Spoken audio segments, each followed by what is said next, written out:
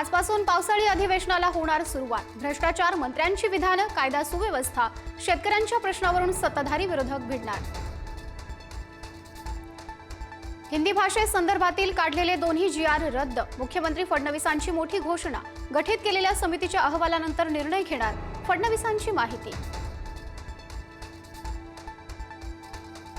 त्रिभाषा सूत्रावर ठाकरेंच्या काळातच जीआर काढला, तुमच्याच निर्णयाला तुमचाच विरोध कसा? फडणवीसांचा उद्धव ठाकरेंना सवाल। 5 तारखेला विजयी मोर्चा किंवा सभा घेणार, 2 दिवसात निर्णय जाहीर करू, उद्धव ठाकरेंची माहिती। मराठी माणसांमध्ये फूट पाडण्याचा सरकारचा डाव, एकत्र आलो आहोत, एकत्रच पुढे जाऊ, उद्धव ठाकरेंचं वक्तव्य। मराठी माणसासाठी कुणाचेही पाय चाटेन, पण मुंबईला वेगळं करण्याचा डाव केल्यास पाय छाटेन, राज ठाकरेंचा जुना व्हिडिओ संदीप देशपांडेंकडून एक्सपोज्ड।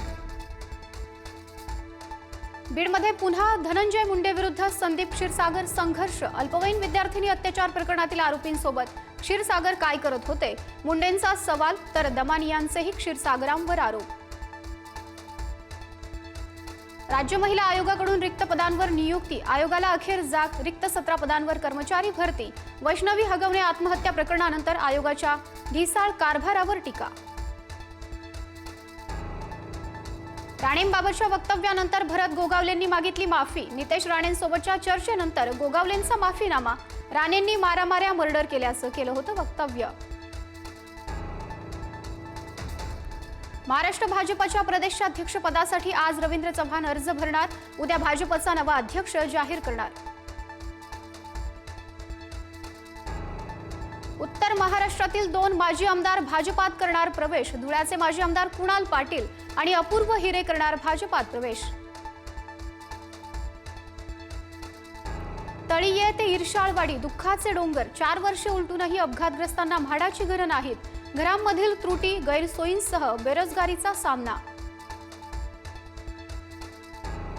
आजपासून 11वीची प्रत्यक्ष प्रवेश प्रक्रिया सुरू, 7 जुलैपर्यंत विद्यार्थ्यांना महाविद्यालयात प्रवेश घेता येणार। 9 जुलै रोजी 11वी प्रवेशाची दुसरी फेरी सुरू होणार। निवृत्तीच्या 12 वर्षांनंतर मिळणार पूर्ण पेन्शन, पेन्शन कम्युटेशन अंतर्गत मिळणार लाभ। कम्युटेशन अंतर्गत मिळणार कालावधी 15 वरून 12 वर्ष करण्याचा विचार। मुंबई गणेशोत्सवातील 20 फुटावरील मूर्तींच्या विसर्जनाबाबत आज उच्च न्यायालयात महत्त्वाची सुनावणी। राज्य सरकारला भूमिका स्पष्ट करावी लागणार। संत ज्ञानेश्वर महाराजांचा पालखी सोहळा आज बरड गावातून नातेपुतेकडे मार्गस्थ, तर तुकाराम महाराजांचा पालखी सोहळा सराटी गावात विसावणार। पालखीत सहभागी झालेल्या नागपुरातील 2 वारकऱ्यांचा शॉक लागून मृत्यू। फलटणजवळ विसाव्यासाठी थांबल्यानंतर लोखंडी रॉडला हात लागल्यानं अनर्थ।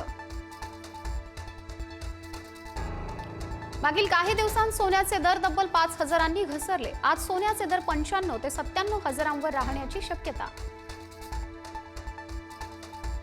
विदर्भासह मराठवाड्यातील काही जिल्ह्यात अजूनही पावसाची दडी, 50%हूनही कमी पाऊस झाल्यानं पेरण्या रखडल्या, शेतकरी संकटात। पुणे, सातारा, रत्नागिरीला आज पावसाचा ऑरेंज अलर्ट। पश्चिम महाराष्ट्रासह कोकणात मुसळधार पावसाची शक्यता।